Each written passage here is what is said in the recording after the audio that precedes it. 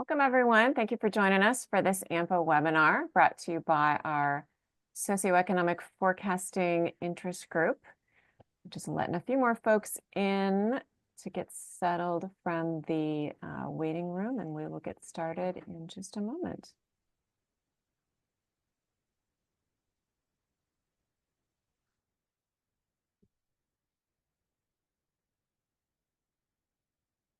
Okay, we might have a few more folks rolling in. I will get started with things, though. I'm Ellen Zaviska. I serve on AMPO staff as Transportation Planning Manager. So glad you're with us today. All of our webinars are done with the absolutely necessary assistance of our interest group leaders. As I said, this webinar is from our Socioeconomic Forecasting Interest Group, and we really appreciate the work that those volunteers put into helping us put together the topics and speakers for these events. So with that, I will do one quick housekeeping slide as I let more folks roll in. Ask you to please keep your mic muted during the presentations. However, during Q&A, you are welcome to unmute and ask a question. You can also drop your questions in the chat at any time. We love to have a lively chat going on during the meeting, so feel free to add your feedback or questions there.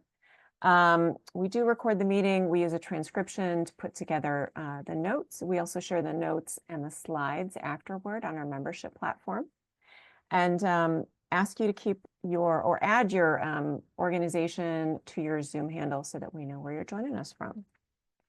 And with that, I'll introduce our moderator. Scott is one of the members of that interest group for socioeconomic forecasting. He's been a socioeconomic modeler at the Maricopa Association of Governments in beautiful Phoenix for more than 15 years now. He works there on population estimates, socioeconomic projections, as well as other GIS and analysis, and he has a master's, letting one more person in. He has a master's of science in geography from the University of Utah. With that, I will ask Scott to introduce our topic and speakers. Hi, everybody. Thanks for joining this morning. Today we're going to talk about employment location choice modeling. This is, I think, one of the more challenging aspects, at least for our agency, in terms of developing forecasts and developing models. And so today we're going to just hear from some of our peer metro MPOs, and they'll discuss some of the work that they're doing in this area, both in terms of data research, developing base year data sets for the forecast, and as well as the modeling approaches themselves.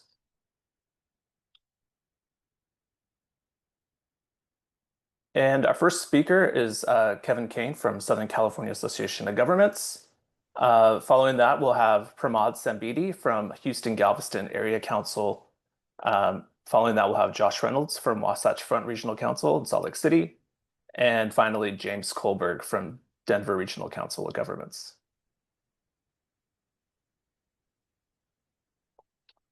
And so our first speaker, I'll hand it off here in a second to Kevin Kane. Kevin Kane is the Program Manager for Demographics and Growth Vision at SCAG, Southern California Association of Governments. He received his PhD in Geography from Arizona State University School of Geographical Sciences and Urban Planning, and his bachelor's degree in Environmental Sciences from Northwestern University. Kevin is currently a faculty on the University of Southern California's Sol Price School of Public Policy, where he teaches a course on big data applications in planning and development. Thank you, Kevin. All right. Thanks so much, Scott. Really appreciate that and the opportunity to come by here. Scott asked me to kind of kick things off here by going into what's on top of our minds a little bit as we embark on probably our next quadrennial plan cycle and model cycle developments, which is getting a handle on the work from home and actual work location aspect as we look to our employment location choice modeling and everything. As I've been a part of this group and presented here off and on a number of quarters, and I've probably said this a bunch of times to folks, but SCAG does not actually have a formal land use model. We're a little bit of an outlier in that regard. We put all our eggs in the activity-based travel demand model basket, and then have kind of a series of more ad hoc methods to kind of conduct our land use modeling efforts. So that being said, my role is a little bit more on kind of the higher level, the county regional modeling elements, and some of the more kind of social science element aspects of forecasting rather than the detailed small area location choice. Regardless, for some one reason or another, it's fallen to me today here to share out our work and just our use of a data source that I'm sure folks have come across a lot, the Survey of Working Attributes and Attitudes, or SWAA. So Scott and the group here felt it was good to take a few minutes at the beginning to talk about kind of work from home data, trends, and how at least we integrate this at a higher level, again, not at the small area forecasting level, but at a higher level into our Connect SoCal regional plan. I'm the one presenting here, but I would like to thank my colleagues, Dr. Echo Zhang and Dr. Xihua Hu, for contributing to kind of putting this material together as well. So I'll just do a real brief kind of overview of the, kind of the benefits and the limitations of the conventional American Community Survey measure of work from home that does get us some really nice small area information, but has some limitations. And then go into the SWAA data, WFHresearch.com. You can type that in as I'm talking and probably get most of the information here that I'll go over in the next 10 minutes or so. I'll go into a little bit of the geography and the microdata, which is a little bit trickier to figure out straight from their publicly facing information. And then I'll link kind of work from home to, how we assess vehicle miles traveled and some regional plan assumptions. Finally, I'll actually go over our plan work from home assumptions at the 6 county regional level across the greater Los Angeles and beyond Southern California area. This is kind of fun here. We found this printed version of a 1984 telecommunications planning in the SCAG region study, just to show that, goodness, we've basically been doing the same thing for 40 years in a lot of ways.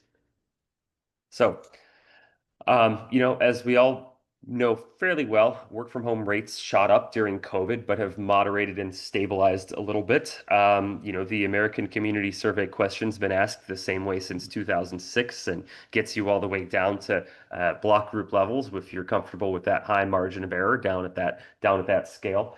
Unfortunately, the way that the question is written, it actually asks a survey respondent to choose the mode that they use for the most of the distance, not the most of the time. So your options are, say, single occupant vehicle, carpool, transit, bike, work from home. If you say work from home 4 days a week and bike 1 mile 1 day a week, the majority of your distance technically is biking. That question doesn't necessarily reflect the hybrid work reality too much. So, I think it's probably worth taking it with a little bit of a grain of salt. But goodness, it does give you the longitudinal trend and the nationwide coverage quite nicely. Work from home in this measure, probably mostly full-time work from home tripled, and then is kind of settled down to something around 13-14%. But let's quickly get into SWAA. Shelby Buckman's paper provides a lot of the technical details, and that's the real citable component. But again, WFHresearch.com, their group, which is kind of funded by a few university consortiums and some private money, is where it's all at. So this group launched right as COVID was beginning and does a monthly survey of workers in the U.S. They're able to do a 10,000 strong survey of U.S. residents earning over a certain threshold and of working age. So pretty massive amount of resources they're pouring into this on a pretty regular basis, which is nice, and that was really helpful, especially during the early months of the pandemic, to see how trends have been changing. What they do to kind of weight the sample is they match the current population survey employment, the monthly CPS, by age, sex, education, and earnings categories. They measure work from home by 2 questions: current work status, and then basically the share of the number of days worked from home. So it's not a binary question. It kind of gets you a blended the percentage of work days, presumably out of a usual of 5 that you're working from home. So they do provide a really easily accessible monthly data package around the 5th of every month, and they do have their micro data available as well if you want the actual survey responses and to crank through that.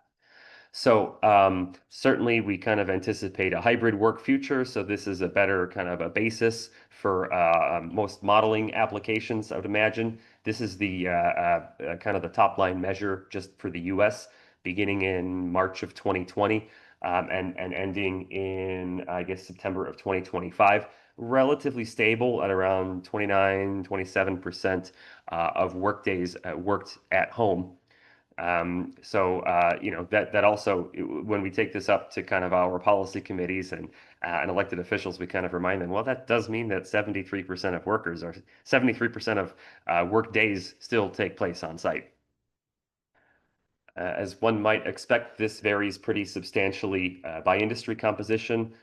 These are the industry breakdowns that they include in their survey. Pretty straightforward connection to two-digit NAICS, it would look like from this. And you can see a pretty big variation between, say, like a hospitality and food service, which is a very low, fully remote, but some aspects of hybrid. You know, even you know, healthcare has, you can see almost like a 30% hybrid, say nurses staying home 1 day to do their paperwork and 4 days in the hospital doing you know, doing patient care, for example. So you know, this kind of gets some you know, some richness here in this regard as well. What they do in terms of the geographic coverage, they break out 9 regions separately in their publicly available, you know, spreadsheet-based, I guess macro data is the opposite of the micro data. So I just put 4 of the regions here just to kind of compare Los Angeles, New York, San Francisco, and Houston areas to kind of track their evolution up and down. San Francisco in the blue has some interesting kind of spikes and dips. You know, they're you know, a tech heavy, and they seem a little bit more kind of responsive to larger employers with back to office orders and what have you. So you might be seeing a little bit of that. Houston tends to be on the lower end overall. LA tends to be kind of on the higher end, perhaps related to the soul crushing traffic that we're kind of a little bit known for, and still are known for. Per capita VMT and congestion have gone down a shade, but really not too much, I'd say. They do provide kind of the top 10s, top 50. You know, work from home does tend to be highest in the bigger regions, which is not terribly surprising. I want to hone in here on their geographic coverage. These highlighted here are the 9 regions they have, but you know, I do want to point out, are there any card-carrying economists on the webinar? I just want to make sure before saying anything nasty here. Zach, okay, you are a card carrier. Okay. Many economists will use a concept of space and geography that may not be terribly precise. These folks use the combined statistical area designation from the Census Bureau, which is kind of an unusual amalgam and misses a lot of the large one-county metros. For example, San Diego is not included here in a CSA whatsoever. It's only multi-county. It works well for us, for Southern California. Actually, the SCAG region is 6 counties across 4 MSAs, but 99.1% of our population is in a single CSA, the LA one. So that's fortuitous that we're captured pretty well here. So their microdata does break out a little bit further by state. And they do have these CSA geographies here, but it does require a little bit of probing if you want to go a little bit more deeply for your region. I definitely would recommend it. It kind of is. It is worth the it is worth the effort. I would say. There's another wrinkle here, though. It's that the SWAA weighting is national, so you're not going to get subnational representativeness. And there's a bit of an issue that we noticed in Southern California here. If you compare the 2023 ACS by education category versus what the SWAA survey data actually contain for the survey responses in our region, they're way oversampling college graduates and graduate degree holders, way undersampling less than high school and high school only degree holders. Not terribly unexpected for surveys of this nature, but when it comes to work from home in particular, you really want to be sensitive to that. Because as we just kind of showed, it's kind of industry and occupation specific in a lot of ways. So we basically reweighted the sample that we pulled off for our area. Our suspicion was that it's not going to be counting the inland counties as well that have a higher share of, say, transportation and warehouse employment, for example. So basically, we used an iterative proportional fitting, just a stated process to reweight the SWAA survey responses to get them quite a bit closer, not perfect, as you can see in the bottom table over there, quite a bit closer to the educational distribution. That was the one that stood out the most that we actually observe here in the region based on ACS data.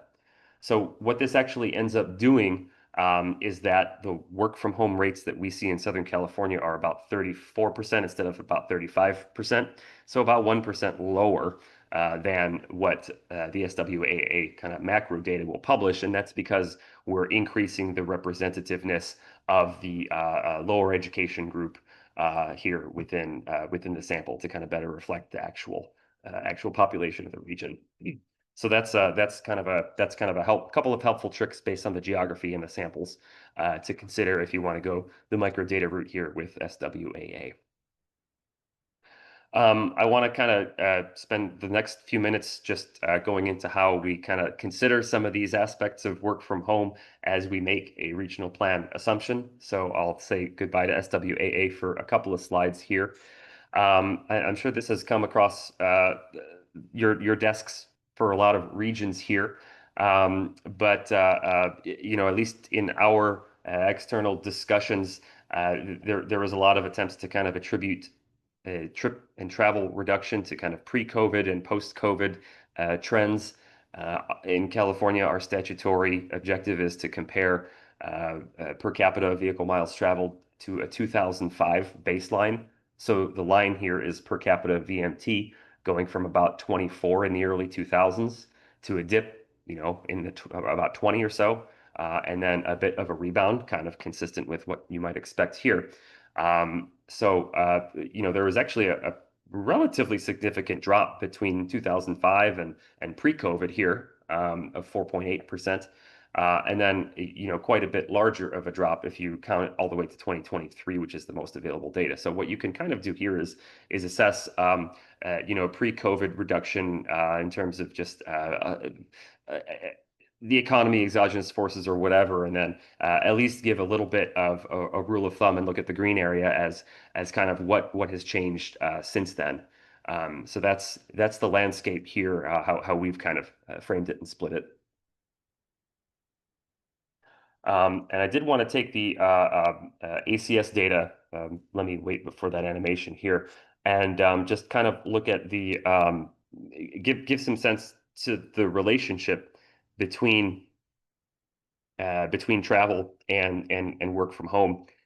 Again, the ACS longitudinal data for the U.S. is pretty good on this. So what I'm going to do here is do a national level comparison of that ACS measure of work from home over time versus the FHWA per capita VMT traffic volume trends starting here in 2006. So you can see, in the early 2000s, pre-recession, as the recession kind of came in, work from home is pretty much stuck at about 4%, but per capita VMT is gradually going down. The thinking here being is that there's a recession, so travel is going down. But as the recovery starts to kick in around 2012, 2013 or so, often labeled as somewhat of an uneven recovery. work at home tends to increase a little bit, but so does VMT with an improving economy. This third section at the top left of the graph here is the big post-COVID anomaly, whereby you've got something on the order of triple the work from home in 2021, and quite a bit less actual travel. But then, as you can see, as kind of folks return to normal activity patterns, and that decelerates a little bit across 22, 23, 24, kind of stabilizing there a little bit. You can see both the work from home ticking a little bit down and the travel ticking a little bit up. So this is I'll finish here with our regional plan assumption. And this was put together, gosh, nearly 2 years ago. It's held up relatively well. We'd probably make a little bit of modifications to this, but frankly, the shape would probably be pretty comparable here. So essentially we're, we would kind of continue a long run gradual increase in the blended. This would be the percentage of days worked from home overall region wide. We anticipated that to kind of go down a little bit from say 2022 to 2024. It did not.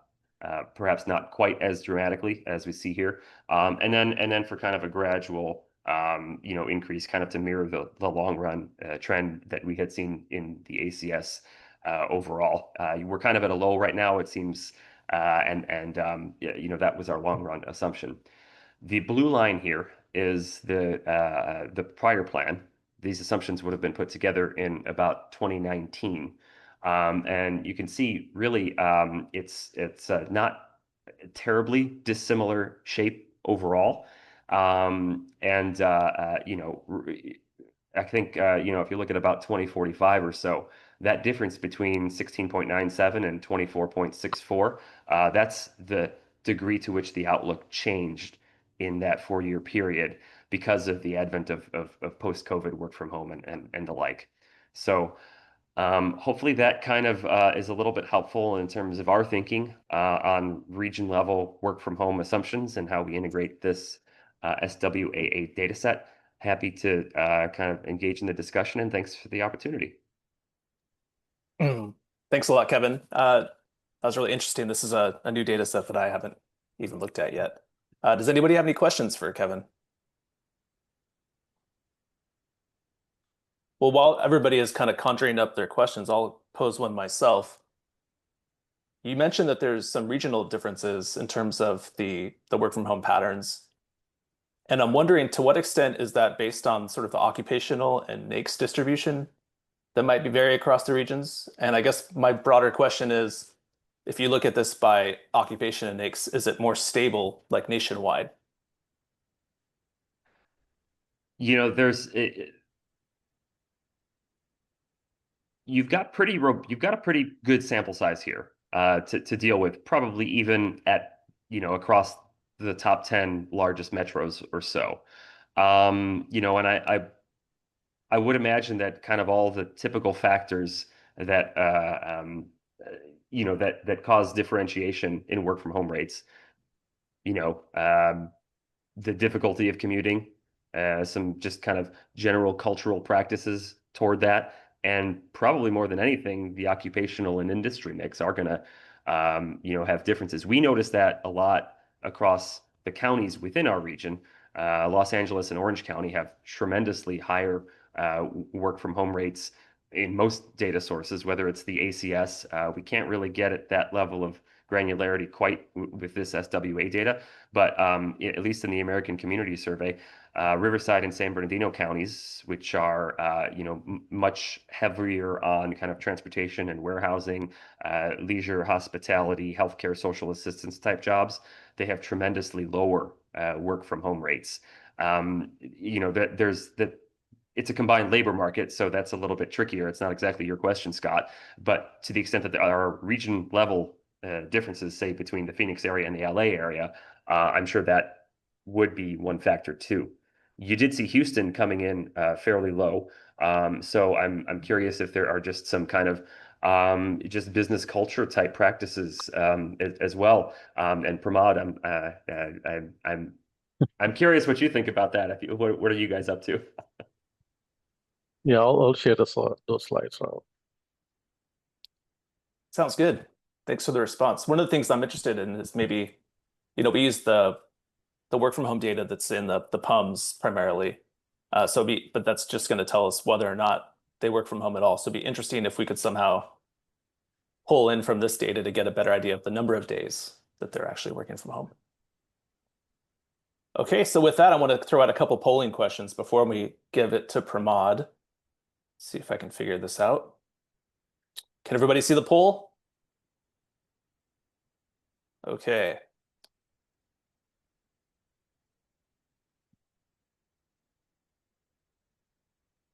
I'll give you guys another minute here to enter your responses.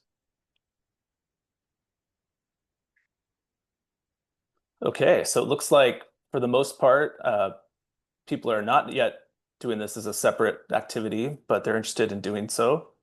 About 27% of us are trying to bring it in already. And then as a follow-up, sorry. Oh.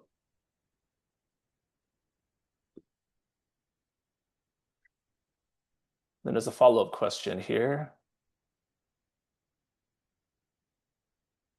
Which are your data sources they're using for remote work?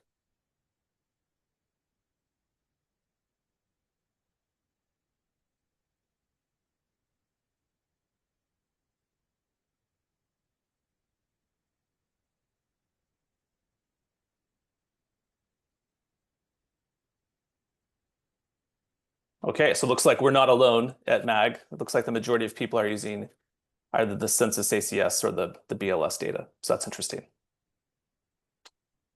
All right, so with that, I want to hand it off to Pramod. Pramod is the Assistant Director of Data Analytics and Research at the Houston-Galveston Area Council. He leads a team developing advanced data models and forecasts in areas such as population growth, land use, transportation, environmental quality, and economic development. And I'm happy to hear from him. Thank you, Scott. Can everyone see my screen? Yep, you're good. Okay. Good morning and good afternoon, everyone, depending on where you are. My name is Pramod Sambidi. I'm the Assistant Director for Data Analytics and Research at the Houston-Galveston Area Council. And my department primarily covers socioeconomic modeling, travel demand modeling, GIS, and data visualization. Today, I will be talking about the post-pandemic impacts on our regional growth forecast, and specifically focusing on employment location choice modeling. So just to give you a brief overview of the HGSC region, so HGSC covers 13 counties, and we serve as the 8-county AMPO region, which includes Harris County, where Houston is located, and the surrounding counties. We are home for 7.5 million people, 3.2 million jobs.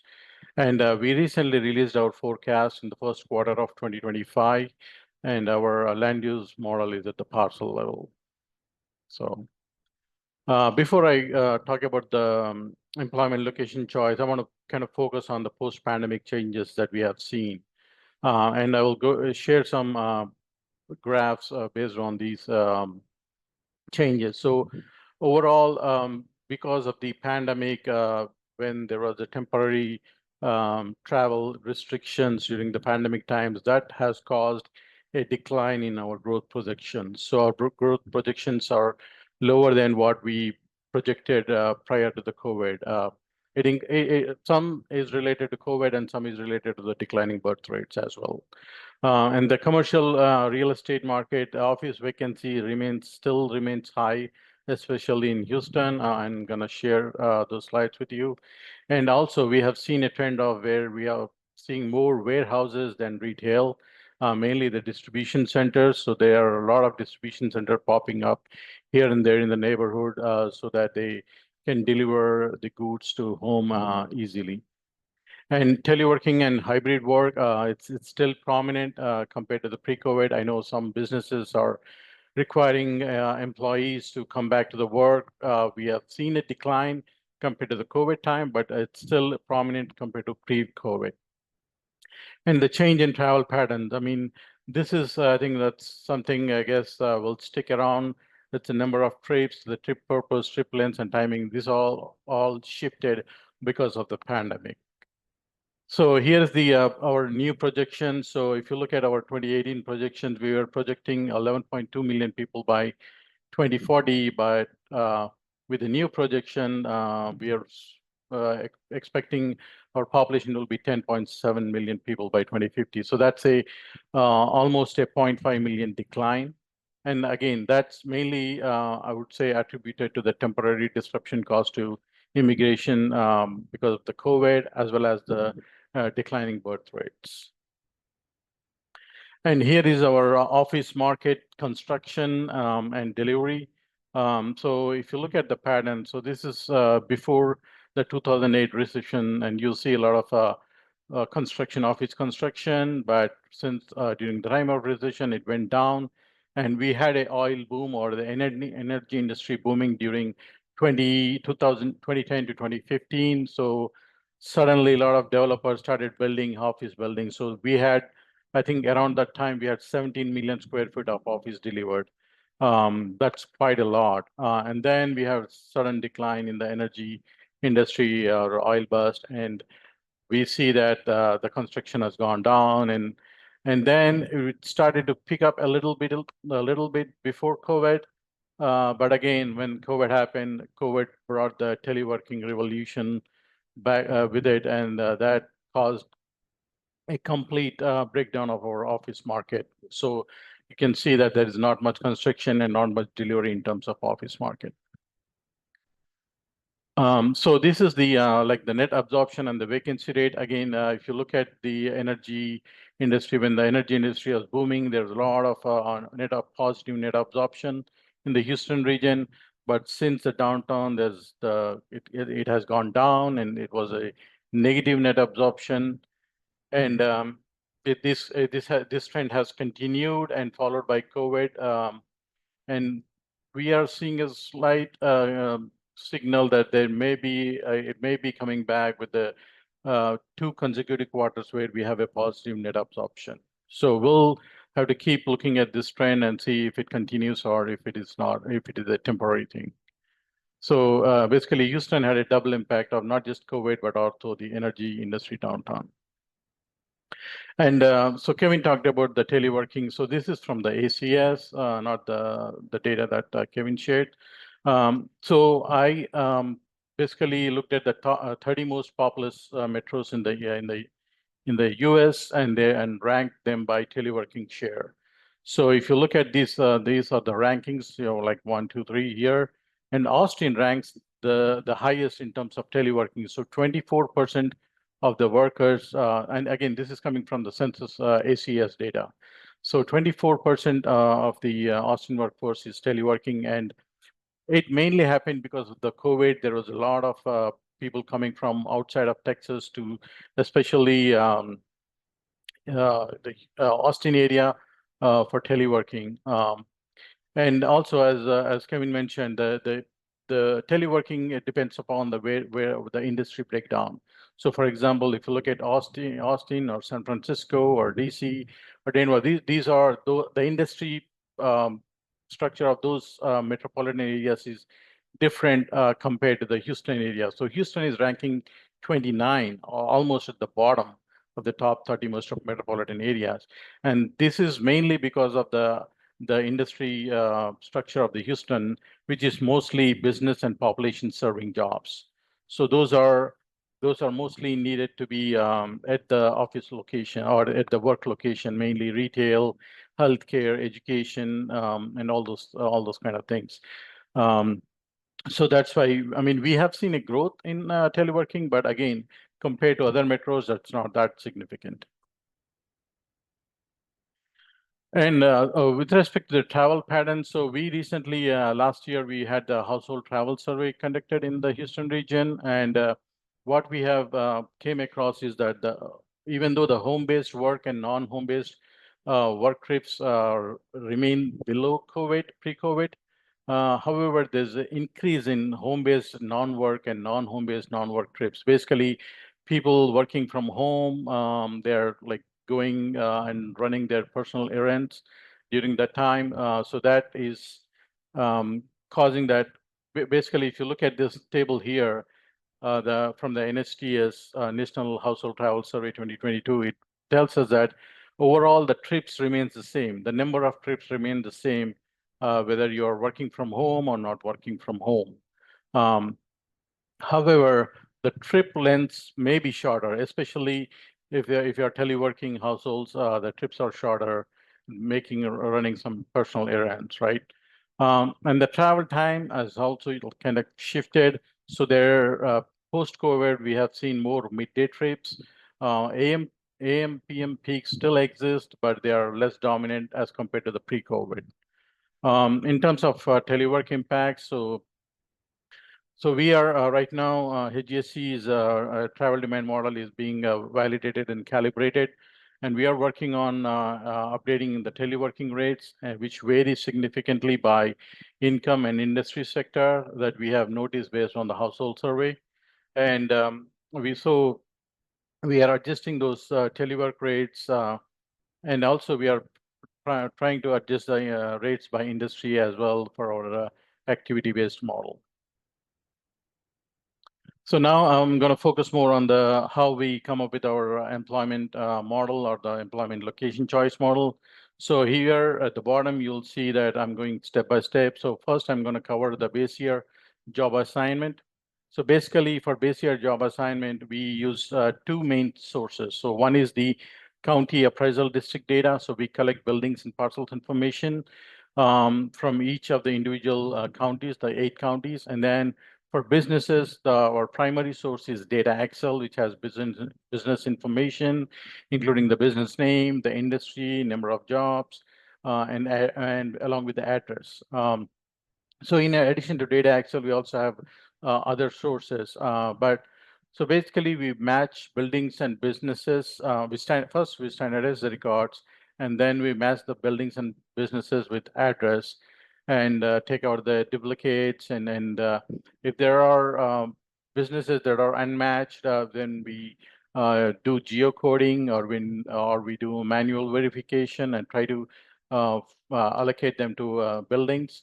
And we also test for overcrowding. So when we tie each business with a building, we look at the total jobs and square feet, building square feet. And if there are more jobs than the building can sustain, then we reduce those. And this is especially with staffing companies and headquarter-related employment. So once we account for that, then finally, when we have the parcel level or jobs, we try to aggregate that at the block level and compare it with LESD data. So the only problem with the LESD data is the education is not tied with individual schools, but it is tied with the ISD, or the Independent School District Administrative Building. So that's the only problem. But otherwise, it's good to match data with LESD. So next, we look at how we develop the employment control totals. So basically, we apply birth, survival, and migration rates to come up with to our base year population to develop population control totals. And once we have the population control totals, we apply the labor force participation rate and the unemployment rates specific to age and ethnicity. And that way we create the employment totals for the region for 2020 to 2050. And once we have that, we apply the yearly sectoral changes from the UTSIN pool data. So that's a forecasting data that's available at the national level. So it is available for purchase for individual states or counties. So we use that and we apply those sectoral shares to our jobs data. And at the end, our employment control totals are basically jobs count by 2-digit next. So that's basically is our employment control total. And then we come up with how we know how many jobs we are adding by industry sector, and then we convert those jobs into building types and building square feet. So for that, we use Department of Energy's crosswalk between NECs and building types. So I have included a QR code if you want to get this, find this source. Basically, so if you look at, for example, professional services, most of the professional services are allocated to office. But if you look at, for example, retail trade. So they are allocated to food sales and some to retail, some to strip malls. So using these, we kind of convert our employment control totals by NEGs to building square feet and building types. And then we use the average square feet per employee to come up with the building square feet. So how much demand is needed to account for these jobs? So how much space do we need to accommodate these jobs? So that's how we come up with square foot per employee. Again, there is a QR code here. That's again, this is also coming from Department of Energy, but this is I think from 2021 data. But I would probably reduce the square feet per employee because these numbers are a little higher than what because of post-COVID. We think that those square foot per employee should be lower. So once we know the demand, the total demand for the non-residential space, we want to account for existing inventory. So we have right now, as I mentioned, as you looked at the office chart, we see that 25% vacancy, right? So we want to account for those office buildings. We want to account for those vacancies. So what we do is we calculate vacancies for each building and then create slots for those vacancies and make sure that those slots are filled first before the model makes any predictions. So if basically for the next 5 years, we are not building any new office buildings. We are trying to accommodate the future job growth into the existing office buildings, right? And we also collect planned developments like non-residential, like office buildings, retail buildings, or hospitals or education. And we also have a lot of master plan communities in the region. And usually master plan communities, when they are published, it only provides information on housing units, but not on like non-residential square feet or jobs and those kind of things. But we try to estimate that based on our base year households to jobs ratio. So next we talk about the model prediction. So once this is the leftover demand. So once we account for the existing supply as well as the planned supply, the leftover demand, for the leftover demand, we break that down to various development templates. For example, for office, we have a low rise, we have a mid rise, we have a high rise. Similarly, for retail, we have small retail, large retail. So we create templates and distribute the demand among those templates and run it through our real estate model. So most of you are probably familiar with the urban sim real estate model. So something similar, it's basically the real estate model develops based on the return on investment. It creates new non-residential buildings. So, right. So once we have the model predicted buildings, so altogether with the existing plan as well as the new buildings, it provides a total supply of a non-residential space. So once we have the supply, so jobs employment control totals provide the demand, and the non-residential square feet provides the supply. So basically, we create job IDs based on the employment control totals, and we create job slots based on the available total space to accommodate these jobs. And we try to match the jobs with the slots based on the building type. So for example, retail jobs goes to retail buildings and office jobs goes to office buildings. And we also have a special allocations for schools. So these are not market driven. These schools and hospitals, these are not market driven. These are based on, so if there is a new community building, and depending on the number of housing units, we try to account for, okay, there may be a need for a new school there, or there may be a need for a new hospital. So we look at the base year ratios and try to create new school buildings or new hospitals in the next 30 years. So that's how we come up with the overall job allocation framework. And this is our forecast. So looking at the 2020 distribution and 2050 distribution, we predict that most of the jobs are remaining. Projected jobs are going to be in the existing employment centers. There are some jobs that are outside in the suburbs, but those are mainly population serving jobs. And then final key takeaways, I think So linking business to buildings for accurate base year job allocation is, I think, is very critical.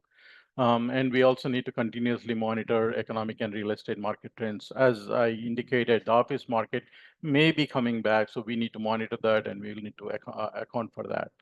And adjust the square foot per employee to reflect the workspace needs. So because of the COVID, we may want to go back and change our square foot per employee rates, right? And also account for the current vacancies and recognize that teleworking rates vary by industry composition. So whatever the rates that we are using for Houston may not be valid for like Seattle, for example. So it depends on the metro industry breakdown. And also we need to update land use and travel demand models based on the new travel behaviors. And this is again, this is going to be a new topic for AMPO, I guess, next year for our webinars, is like tracking the impact of the new immigration policies. And right now, over the 6 months, we have seen a decline in migration, especially international migration. So how is that going to impact our future forecasts? I think that's also critical, and we are currently monitoring that, and we'll try to take into account in our next forecast. That's all I have, and I'm happy to take any questions. Thanks, Ramad. That was really interesting. It looks like you have a lot of similar issues to the stuff that we're dealing with in the Phoenix region. Okay. A couple of questions I'm seeing in the chat, and I'll read the question real quick. If you want to chime in and elaborate, feel free. The first one is from Craig Casper, and he's asking, how much does your forecast vary from the most recent Texas State Demographic Center forecast for the area? I wish I had the slide. I took out that slide, but we looked at the county level projections. We are pretty close with their mid-year. I mean, they have 3 scenarios, like the low, mid, and I would say the mid is the base year scenario, and then the high scenario. So our rates are pretty close to the mid-year. Okay. And then the second question we have is from Waju at SEMCOG. When you allocate jobs to buildings, how do you account for mixed-use job spaces? Yeah, so we do have mixed-use jobs. So when we, as I said, when we match businesses to buildings based on address, so the Excel data may have multiple businesses and their next codes, right? So the next codes may be, some may be retail, some may be office, some may be different.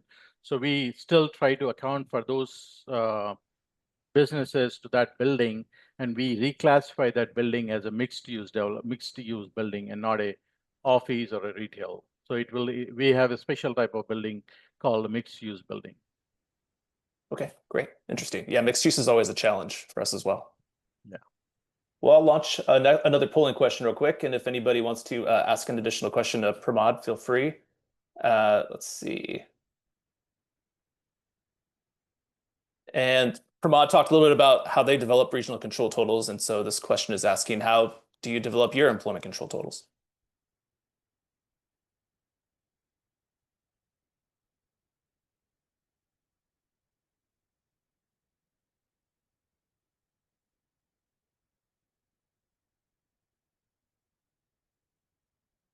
Okay, we'll share these results.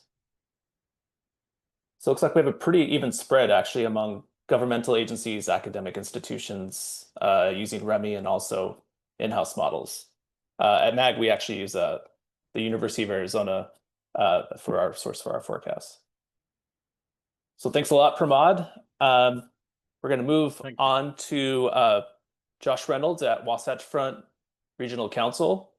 Josh is a data scientist there at Wasatch Front in Salt Lake City. He serves as one of 2 technical leads for their real estate market model, which forecasts the distribution of households and employment across the Wasatch Front metropolitan region. He leads development of their bike demand model also, and their impact tool for access to opportunities. Josh holds an MS in geography from the University of Utah, go Utes, and he has a background in geographic information systems, remote sensing, and Python programming. Thank you, Josh. All right, thanks, Scott, for the intro. And good afternoon, everyone. Thanks for having me. Today I'm going to give an overview of how WFRC prepares its employment data for use in its land use model. So a little slightly different approach. Going to be talking about more about some of the tools that we're using to collect data and process it.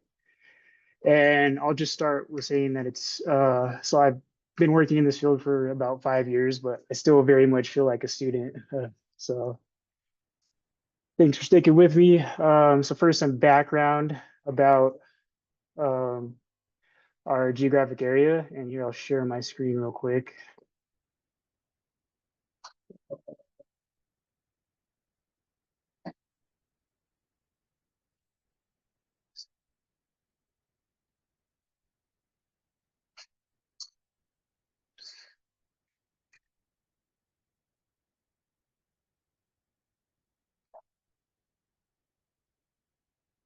Let's see, here we go.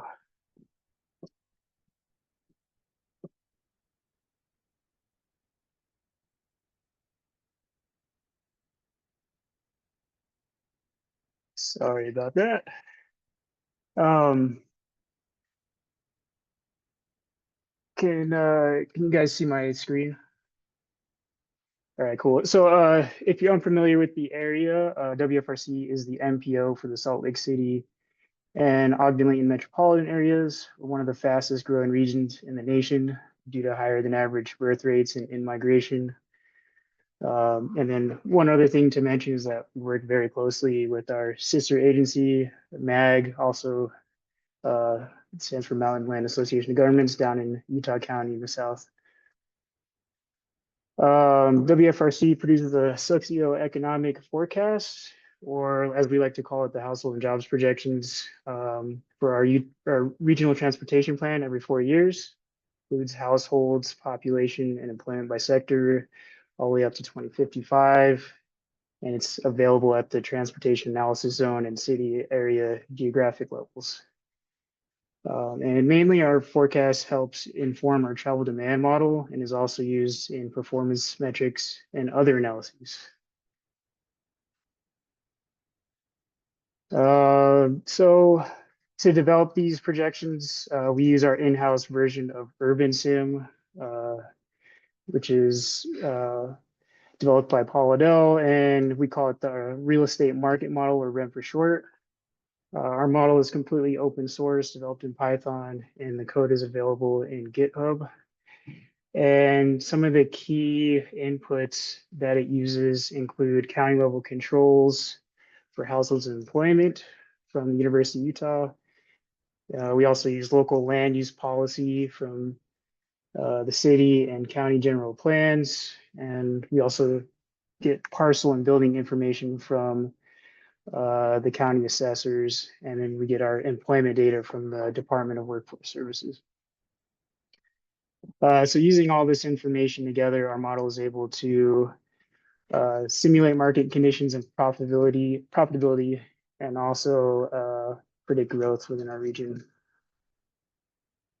So now let's move on to kind of the meat of my presentation. So let's talk about some of our key employment inputs. So kind of similar to what Pramod was mentioning, we also get county level employment forecasts from the University of Utah that we then allocate further. On the right side of the screen is an example of one of our employment projections for Salt Lake County.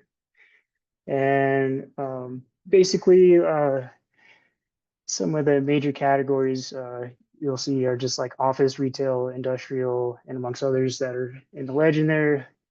And most of our counties are within our modeling area, but we do have a few that are slightly or are only partially within. And so one of the challenges is that we have to subdivide the growth. And we do this by comparing the data to census ACS data and proportioning it accordingly. Our next key employment data set, and it's a little different than the data source Pramod was using, is we use employment data from the Department of Workforce Services. So every 4 years, they graciously supply us with tabular data. containing information about the region's employers, and some of those key attributes that they provide are the name, number of employees, and their physical address. Then we geocode this data and review them using GIS software. And so on the image to the right, you can kind of see what the finished product looks like. And this DWS data is an extremely valuable starting point, but after we're done processing it, it generally only accounts for about 2/3 of the region's total employment. And so we then have to go back and kind of simulate the rest of the jobs that are in the control totals using the REM model. And so, yeah, just talking about some other challenges with this data set. And don't get me wrong, we're really grateful to have it. But it does require a lot of massaging before it's usable. We have a lot of incorrect addresses. We have agencies using addresses that are out of state or using PO boxes, and it just provides a lot of challenge before we can locate the data. Also, like some organizations may report all of their employees in one location instead of dividing it amongst their multiple offices. And so it can be a challenge to resolve those. And then we also, as we mentioned earlier in the other two presentations, can be kind of difficult to resolve how much of the employment is working remotely, how many of these jobs that are located on homes, are they really home-based jobs, or do they just have their addresses located on residential addresses? And then also construction jobs, they kind of come and go. So, we spend a lot of time thinking about how we want to handle these. But typically, we actually exclude them and post-process them later on using Census ACS data. And then probably the most time-consuming task, I'd say, is we have to figure out how many job containers or spaces each building in our input base year data set has. And because we need to figure out, or we need a space to put the jobs basically. And we also need room for them to grow in the future.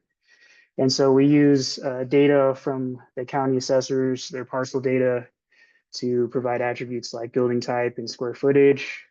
And then we also link those to the amount of employment that's provided from the DWS. And so using that information, as Permon mentioned, we also build county specific assumptions for square footage per job, and also based on what type of building it is. And then we come up with a range of how many job spaces a building should have. And as noted, like special buildings like high schools and junior highs and elementary schools, they get special treatment because they have a high amount of square footage per employee and don't necessarily follow market trends. So yeah, it's really important that we get these right, and we spend a lot of time on them. And accordingly, this time around in this regional transportation plan, we developed a script or a series of Python notebooks to help automate and review the creation of these job spaces. So it's nice because it allows us to use GIS software to review them at a zone by zone level. And then it also allows us to manually fix data if there's problems or if we need to add special exceptions. And in the end, we're able to compare the final result with the loads data and see if the regional distribution of our spaces matches up with the distribution from the census. And then our final key input or our final key employment input into our land use model is the pipeline jobs module.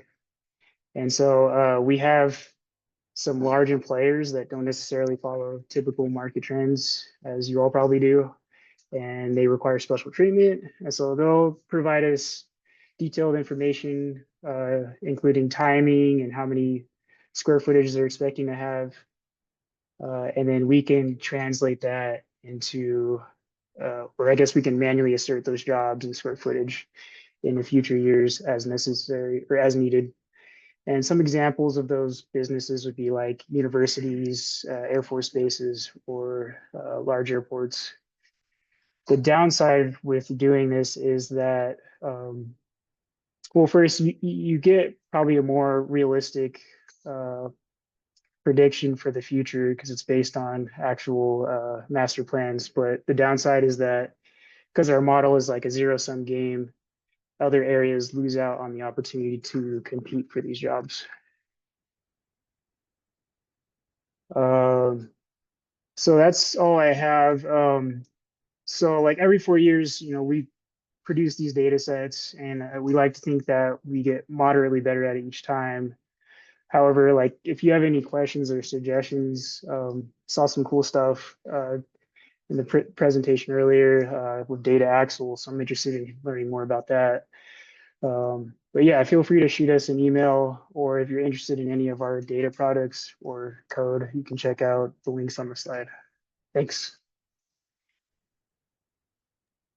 Thanks a lot, Josh. If anybody has additional questions, go ahead and feel free to put them in the chat. Looking through the chat myself here, there's a question about square foot per job. From Alex at CMAP, you mentioned that you create county-specific assumptions about square foot per job. How much does this vary county to county? I'd say a decent amount. We have an interesting mix of counties. We have Salt Lake County, which is a lot more urban than some of our others. And so you would see a lower amount of square footage per job than you would in some of the more like rural areas. Sounds good. Okay. Good question. Yeah, we deal with similar issues as well ourselves. So following up on some of these, I'm going to go ahead and launch our final question, which I think relates to employment sources. And if anybody else has additional questions, feel free to chime in. Okay, so what is your source for employment, sort of the business inventory side? Josh talked about the Department of Workforce Services.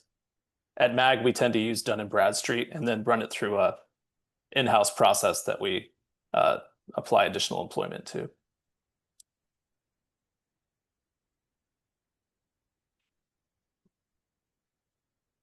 I can answer Frank's question real quick. Actually, I didn't specify. We actually do use our employees that have, or our employers that have greater than 20 employees. We just don't review them because there are just so many of them. And we just got to find a point there, or a point where like our return on investment is the right amount. All right, so looking at the poll results, looks like QCW is the big winner here, followed by CoStar, in-house, and other. I guess data axle I think is probably similar to CoStar. Oh, and loads, obviously loads. I should have put that in there. Okay, well, thanks a lot, Josh. Appreciate it. Thank you. All right, so now we're going to hear from James Kohlberg at Denver Regional Council. James is a senior data analyst, and he specializes in land use modeling. He has over 8 years of experience with Urban Sim, and he has led the development and application of block and parcel level models. He has a BA in economics from Lewis and Clark College in Portland, Oregon. Thanks, James. Thanks, Scott. Good afternoon, everyone. So, quick little outline of my presentation and give some background. And then before I move on to talking about employment, we haven't really worked on employment much in the past year or so, so I'm going to talk about some of the other stuff that we've been working on more recently real quick before I get into the employment stuff. We use our own implementation of Urban Sim block model. We stopped using the Urban Sim Inc. cloud model about 2 years ago. We use county controls for both households and employment from our state demography office. And we use household controls that are stratified by age of head, number of adults, and with or without children.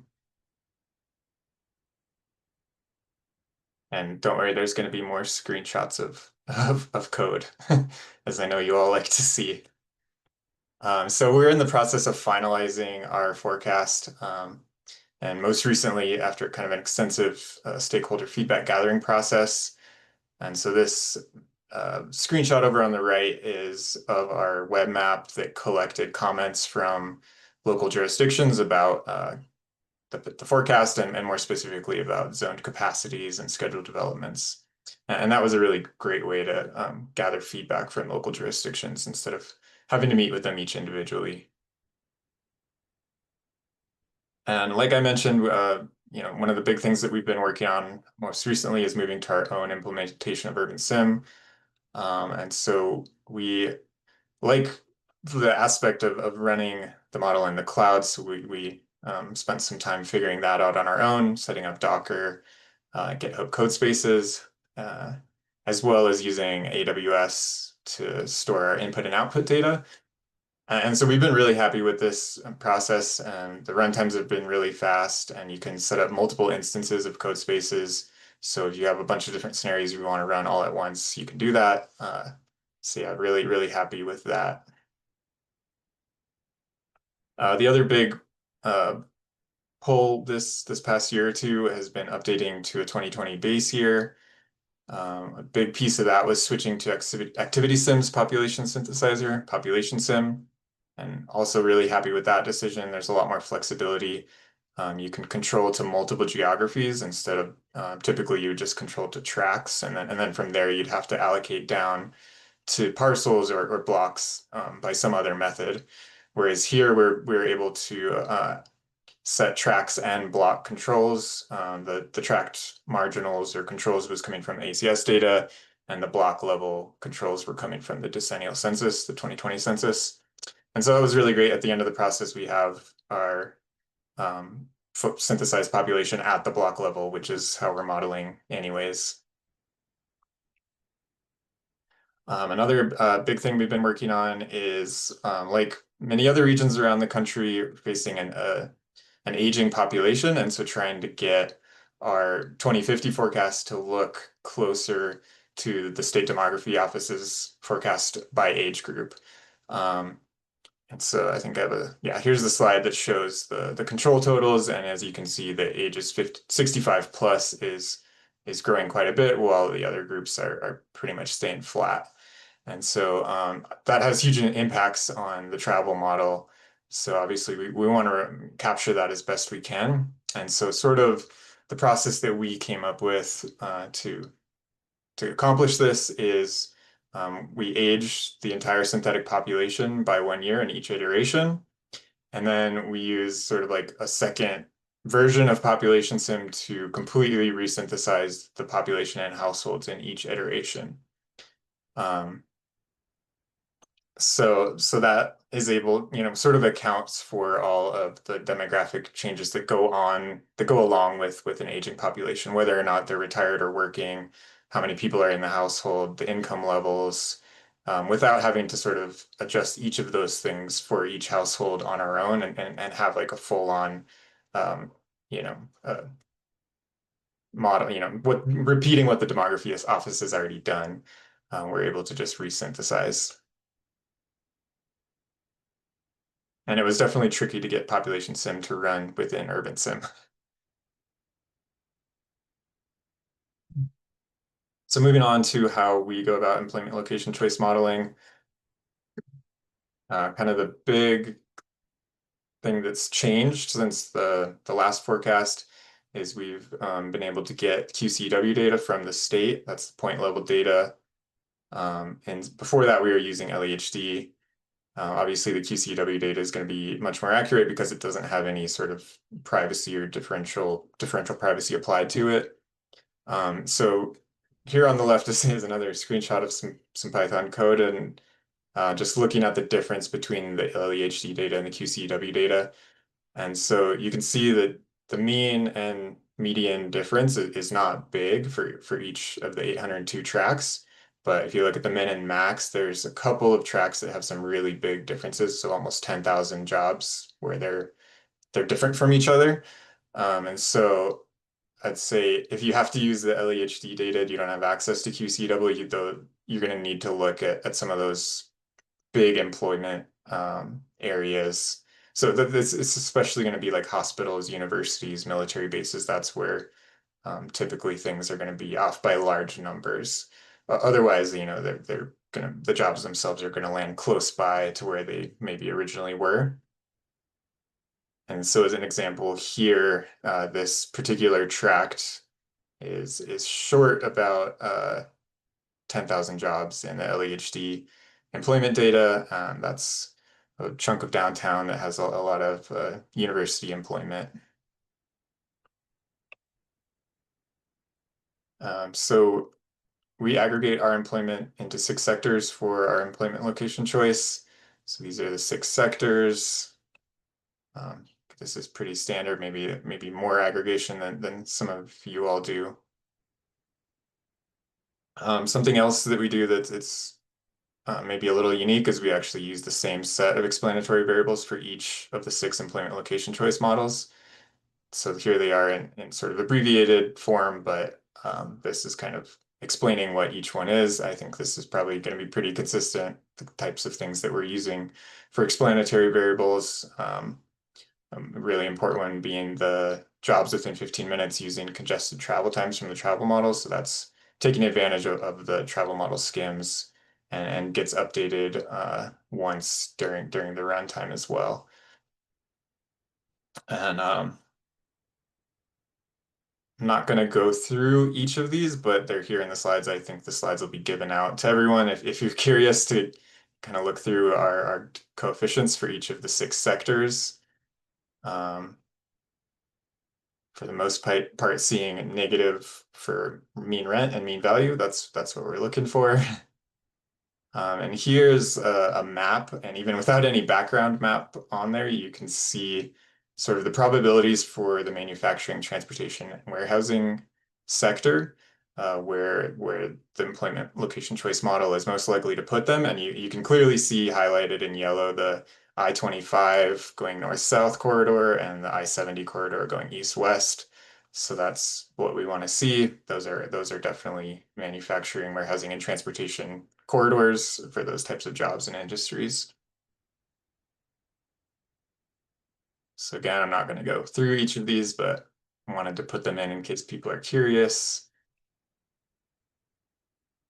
So another addition that we made this time around that is maybe a little unique is, so we're using county employment controls from the state demography office, but we were running into certain counties essentially were running out of capacity based on zoning. And so in order to fix that, we've essentially allowed a regional employment location model to place those excess jobs anywhere else in the region. So sort of find additional capacity in the next county over.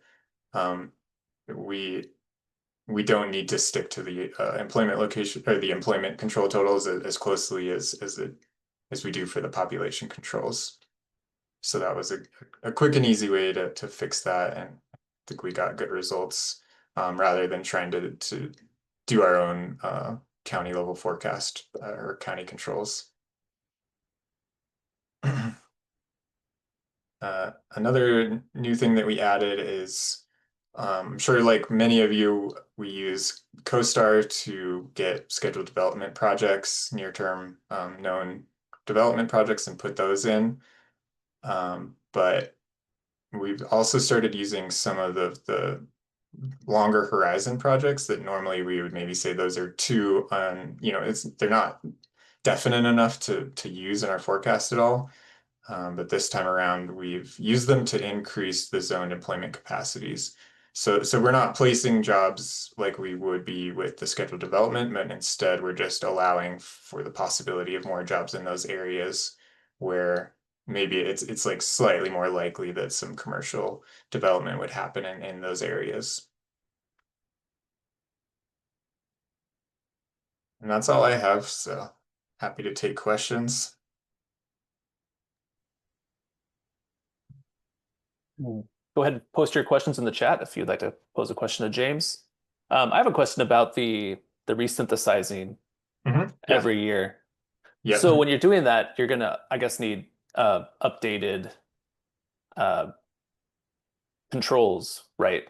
So Exactly. are those pre-computed like within the simulation itself, or are those done like a priori and then like fed in by year? So both. So the age breakdown and the like with or without children and number of adults in the household is coming straight from the demography office by county.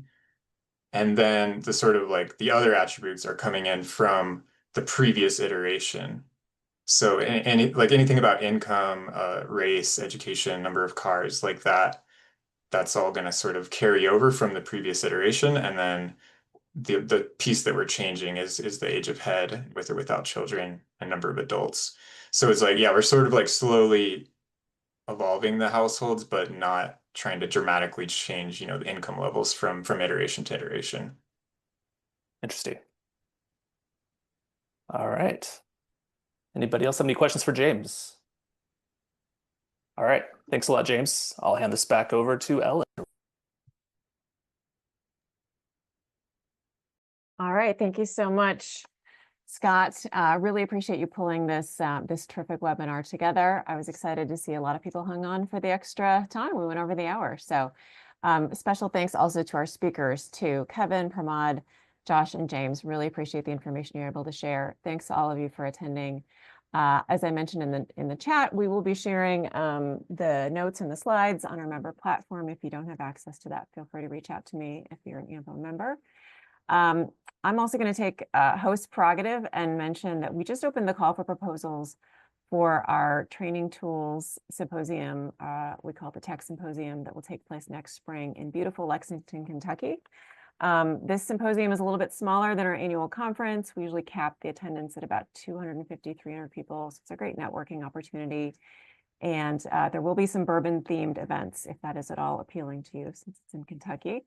We're looking for, if you're interested in doing a session, we're looking for sessions aimed, we'll have a track specifically aimed at less experienced MPO staff called MPO 101. And we have another one called MPO Deep Dive if you want to get really in the weeds about a cool tool or technique or data set or whatever you're doing at your MPO that you want to share. And we're looking specifically for really interactive sessions, not just 20 minutes with a PowerPoint. So hope you can think about something you want to share at that symposium, put together a proposal and share it with us. And we're also going to have a drop-in next week where you can ask questions about that call for proposals, share your ideas, get feedback, all that good stuff. That's all on the website that I shared. And that's all I got. Thank you so much for joining us today. Take care.